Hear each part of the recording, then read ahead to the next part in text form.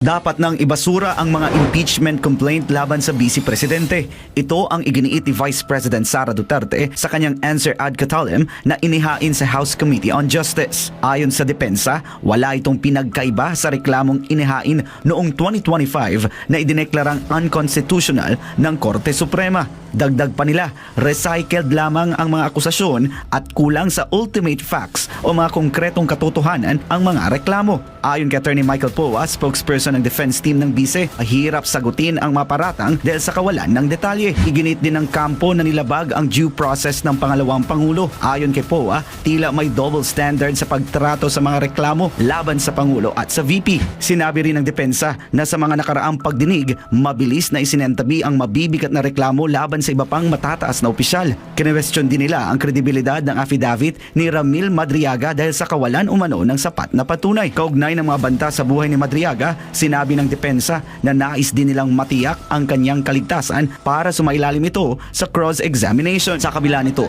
iginiit ni Representative Terry Ridon na hindi pa rin nasasagot ng kampo ni VP Sara ang mga alegasyon sa impeachment complaints. Pero ayon sa depensa, malinaw ang kanilang paninindigan na bigo ang mga nagrereklamo na maglatag ng matibay na kaso. Kasama na natin ang tagapagsalita ng defense team ni Vice President Sara Duterte. Kaugnay nga po dito po sa issue ng impeachment sa kanya na gumugulong dyan ngayon sa Kamara. Si Attorney Michael po, makakasama natin. Attorney, magandang hapon. Si Admar po ito. Hi, Sir Admar. Magandang hapon po sa inyo at magandang hapon sa ating mga kababayan. Opo, gusto lang maliwanagan din ng ating mga kababayan. Ano po itong isinabmit nyo po kahapon na sagot dito na atat yung ating pong kamara na matanggap na kung anumang sagot. Marami na silang sinasabi ever na hindi makatanggap ng sagot. Pero ano po itong inihain nyo po sa kamara kahapon po, Attorney? Ito po ay ang tinatawag nating answer, no, consolidated answer ad cautelam. Explain ko lang po 'yun, no. Kaya po siya ad cautelam dahil bagamat tayo ay nirerespeto natin yung prosesong ginagawa sa Committee on Justice, hindi pa rin natin wini-waive yung ating mga karapatan upang questionin yung validity ng mga proceedings na nangyayari dyan. Kaya po ad cautelam. Ngayon po, doon po sa sagot ng ating Vice Presidente, yun naman po ay nilagay natin ang mga napansin natin na as our defenses, unang-una sa lahat is yung constitutional issue. No? We feel na unconstitutional yung nagiging proceedings dahil nga may tinatawag tayong iba na standards na inimpose dito sa pagdetermine ng sufficiency in substance dito sa complaints laban sa Pangulong Marcos, kung ikukumpara mo dito naman sa ginawang determination sa complaints laban sa Vice Presidente. Yan po ang isang main argument natin. The other argument, yung sinasabi natin, wala pong from the side of the complainants to allege ultimate facts that constitute yung yung impeachable offense. Kasi po ang ultimate facts, yan po usually, no, sa criminal law man, yan yung mga elements of the crime na kailangan mong i-allege para masabi na meron ngang krimen na naganap. No? At sa pananaw natin, hindi po nagawa yon ng complainants. Kumbaga doon po sa mga pahayag ng complainants, doon po sa naging pagdinig doon sa House Committee on Justice, walang bago, na-recycle lang yung unang mga akusasyon, Attorney? Well, karamihan naman po ay talagang nirecycle lang. Although sa pananaw natin, wala namang problema doon kung nirecycle lang. Ang nagiging problema lang talaga is if you read the complaints, no, talagang failure to allege yung facts na talagang may developments. Doon po sa due process na kini-question nyo po, maaari nyo po bang maipaliwanag bakit nalabag ang karapatan sa due process ng Vice Presidente? Opo, yan po yung sinasabi natin kanina na double standards. No? Kasi po, ang nangyari po talaga, lilinawin ko lang, hindi naman natin kino-question kung ano man yung standards na i-impose ng committee. No? That is within their wisdom. Ang sabi lang natin na paglabag ng due process ay pag meron kang standard, pero iba yung standard na inimpose mo doon sa mga complaints laban sa Pangulo at iba rin ang inimpose mo laban sa Vice Presidente o ikalawang Pangulo. So, doon po nang gagaling yung argument natin na may paglabag sa due process kasi tila sa pananaw namin, nagkaroon ng double standards po dito sa determination ng sufficiency of form and substance pagdating sa dalawang opisyal. Oo, nabanggit din dito na mabilis na isinantabi ang mga mabibigat na reklamo na dito kay Vice President Sara Duterte, medyo binusisi ng husto. So dapat patas at pantay lamang po at marami din po nga nakapansin dyan, Attorney Michael Powa. Pero kumbaga, ito po ba ay maliban sa paglabag doon sa due process, mayroon pa kayong nakikitang ano rito na parang nasisilip na maliban doon sa due process na nakikita nyo pong paglabag? Well, yun po yung nasabi natin kanina, no, na nung ginagawa natin ng sagot ng Vice Presidente, napakahirap para sa kanya na sumagot dahil wala namang concrete and cohesive recital of facts para sabihin na meron siyang naging pagkakamali o pagkasala that it will rise to the level of an impeachable offense. So, sinasabi nga nila, bakit ganun? Bakit parang hindi na naman sinagot ng Vice Presidente? Well, unang-una sa lahat, no, wala nga pong recital of ultimate facts. Kaya para sa amin, sa aming pananaw, wala nga kailangan sagutin dahil hindi nga yung allegation ay incomplete. No? Hindi po nasasabi doon kung bakit nila, based on dun sa mga salaysay nila, bakit nila sinasabi na may impeachable offense laban sa Vice Presidente? For example, para lang klaro po yung ehemplo natin, no? Kasi napaka-technical ng ultimate facts, no? Mga abogado lang nakakaintindi. So, for example, meron sila doon sa isang complaint, sinasabi na doon that the Vice President committed plunder through conversation. No? May elemento po ang plunder. No? Ang mga elemento ng plunder, for example, is, syempre, sasabihin mo that she was able to amass, no, ill-gotten wealth or appropriate amounts of money for personal gain. Pero ang pagtitingnan natin yung allegation, kahit sabihin natin sa confidential funds, sasabihin nila, yes, may confidential funds, yes, dinisburse yung confidential funds, pero wala namang nakasaad na facts ukol sa kung paano nila nasabi na napunta sa bulsa ng Vice Presidente yung confidential funds. No? Lahat po ng mga nakasulat doon ay spekulasyon. Kung hindi man spekulasyon, ay conclusions of law and fact or self-serving conjectures. Kaya po yan po ang sinasabi namin na parang kulang, kumbaga, ang naging recital of facts. Kaya napakahirap para sagutin yan dahil wala dapat tayong sagutin dahil hindi naman kompleto yung aligasyon, kumbaga. Opo, at sa pahayag naman po ng ni Congressman Terry Redon sa kanilang panig, ang sinabi po niya na bigo raw pong sagutin ng pangalawang Pangulo yung mga allegation at sa inyo naman po sa panig ni VP Sara, bigo naman itong mga complainants na tumbukin. Ano bang nagawang kasalanan? Eksakto po. Well, unang-una sa lahat, respeto pa rin po natin, no, ang opinion ng lahat ng ating mga lawmakers at bumubuo ng Kamara Representante. Pero yun po ang pananaw namin na bigo po silang matukoy kung ano ba talaga yung ginawa niyang mga mali o mga acts na sabing naging impeachable offense na ang mga ito.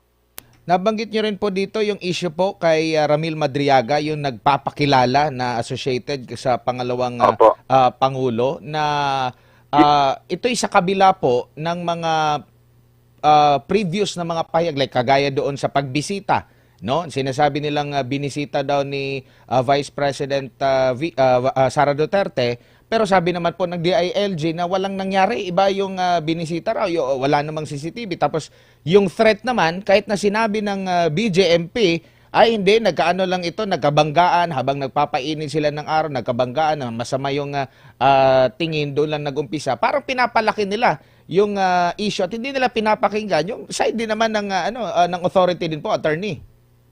Opo, well, doon po sa sinasabing threat, I don't want to comment on that and I don't want to speculate, no? Kasi hindi ko talaga alam yung facts na nangyari dyan sa threat. At tayo naman din po, gusto din naman natin na sana ay safe, no? Lahat ng tao, including si Mr. Madriaga, lalong-lalo na gusto po nating makross-examine kung ito ay magtuloy-tuloy sa Senado, gusto po nating makross-examine si Mr. Madriaga para po papatunayan namin na wala pong katotohanan yung mga sinasabi niya laban sa Vice Presidente sa kanyang affidavit. Pangalawa, pag titingnan natin yung affidavit niya, talagang unsubstantiated po yung mga claims niya, no? Wala pong mga attachments, walang kahit ano nagpapatunay dun sa mga naging pahayag niya at salaysay niya sa kanyang affidavit. So sa atin, no, nakita naman natin, nag-file na ng kaso na perjury ang Vice Presidente laban sa kanya. So gusto din naman natin na safe po siya para ngayon ay mapakita natin sa taong bayan na pawang kasinungalingan yung mga sinasabi niyang naging koneksyon niya, relasyon, o anumang trabaho ang ginawa niya para sa Vice Presidente. Opo, mayroon po unang pahayag ang pangalawang Pangulo na fishing expedition lamang po dahil hindi nga tumbok, no? After sakali man po, no, kasi meron din silang request din po, no, na merong ipasubpina na mga dokumento. Sakali pong umusad at same pa rin na senaryo noong naghain sila. Kumbaga, una muna, nakikita nyo po rin po ba na magkakaroon pa ng patas sa hinaharap? Diyan muna sa Kamara, at if ever naman po na umusad, aprobahan ng nakararaming mga kongresista yung impeachment, muli po ba kayong dudulog sa Supreme Court ukol dito? Unang-una sa lahat, bilang abogado, Admar, I would like to trust the process pa rin, no? So, sa ngayon, despite statements being said that might seem bias or meron ng partiality, para sa akin, we need to trust the process and we need to give our lawmakers at lahat ng miyembro ng Committee on Justice and even plenary the benefit of the doubt, no, that they will be voting based on evidence, based on conscience, no. So sa atin, ayoko pong mag-cast ng any aspersions, no, laban sa ating mga lawmakers. Pero handa naman tayo kung sakaling dumating to sa punto, pupunta tayo sa Senado para sa isang trial. Dahil doon naman talagang labanan po nito, no, sa Senado. Ngayon po, pagdating naman sa issue kung may idudulong tayo sa Supreme Court, hindi pa po, of course, that's always a possibility, pero wala pa po ako masasabing definite sa ngayon. Siguro malalaman na lang natin kung makapag-desisyon talaga kami na merong talagang malaking bagay na dapat idulong sa Supreme Court, gagawin po natin. Doon naman po sa mga sinasabing mag-issue ng subpoena, yan naman po ay may powers under the rules ng House, no? May powers mag-issue ng subpoena. Pero kung naayon man o hindi sa batas yung subpoena, yan po ang titingnan naming mga abogado ng ating ikalawang Pangulo. Titingnan natin kung tama ba yung laman ng subpoena, titingnan natin kung naayon sa batas, at titingnan natin kung wala namang karapatan ng ikalawang Pangulo ang kumbaga in English nai-infringe, no, dahil dito sa mga subpoena na to. But right now, I don't want to speculate, masyado pang maaga kasi wala pa namang subpoena na ni-issue. And I don't want to cast any aspersions against the Committee on Justice. Opo, after po nitong inyo pong pag-submit, ano pang inaasahan ninyo na hihilingin ng Kamara po sa inyo after dito? Pahaharapin na po ba? O ano pa ang ina-expect nyo po, Attorney? May mga narinig ako na magkakaroon ng mga hearings, magkakaroon daw ng mini-trial. Although, siyempre po, ang posisyon natin ay hindi mini-trial yan. Kasi under the rules, ang mga abogado ng Vice Presidente hindi pwede mag-cross-examine, no? So, sa amin hindi yan mini-trial. Ang trial talaga ay nasa Senado dahil sila naman ang talagang impeachment court, no? So, abangan lang natin ang mga pangyayari. Kami naman po, nakasubaybay din kami sa mga developments. Siguraduhin lang natin na maprotektahan natin ang mga karapatan ng Vice Presidente. Opo, dito po sa complaints na umusad po, wala naman po kayong pag-question, lalo na yung doon sa issue ng one-year bar rule? Sa ngayon po, of course, those things are always on the table, pero sa ngayon po, wala pa po kaming planong idulong. Yan po ay mga bagay na imo-monitor muna natin, and if there's a need, of course, as lawyers, we will be the ones to advise the Vice President kung may kailangan man tayong tulong. Opo. Siguro bilang panghuli na lang po, attorney, mensahe nyo na lang po, lalo na po sa mga naniniwala, nagtitiwala, mga supporter po ni Vice President Sara Duterte na naririnig nila itong mga issue pong ito, nagaganap ngayon sa gitna po ng krisis na kinakaharap ng ating bansa po. Opo, maraming salamat po. No, unang-una sa lahat, nagpapasalamat po kami. Kahit po kami ay mga abogado lamang ng ating Vice President Sara Duterte, nagpapasalamat po kami sa lahat ng suporta na ibinibigay niyo sa kanya. Kami naman po ay nandito para siguraduhin na napoproteksyonan ang karapatan ng Vice President. At pero kailangan din nating tandaan kasi maraming mga lumalabas sa statements na tila ba'y may conclusion na may pagkakasala o may mga impeachable offenses na nakumit ang ating Vice Presidente. Tandaan lang po natin, no, that the burden of proof lies with the complainant. Sila po ang nag-complain, sila po ang naghain ng mga reklamo, so dapat sila ang may ebidensya. At kasi parati lang sinasabi, hindi sumasagot ang Vice Presidente.